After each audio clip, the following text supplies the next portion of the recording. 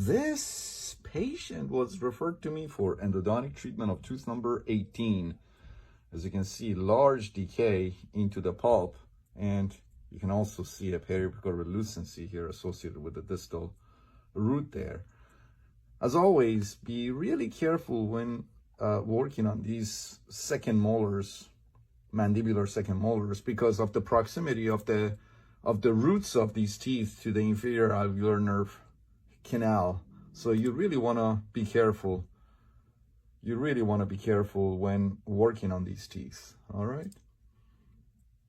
So today we went ahead and cleaned out the decay, rebuilt that mesial wall for the patient. I used duotemp and composite to do so, and working lengths were 23 millimeters for the mesials and 25 millimeters for the distal.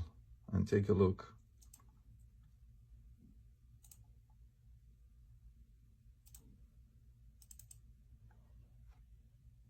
And here's the post-op. As you can see, everything went beautifully. You can see we rebuilt that mesial wall there first, and then, of course, started the root canal.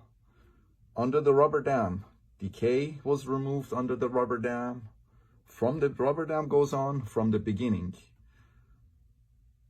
until we're done with the entire root canal and temporize the tooth, of course. Then the rubber dam comes off. So as you can see, 2 mesials, 1 distal canal there. Look at all of that anastomosis between the mesial canals. As you can see, everything went beautifully.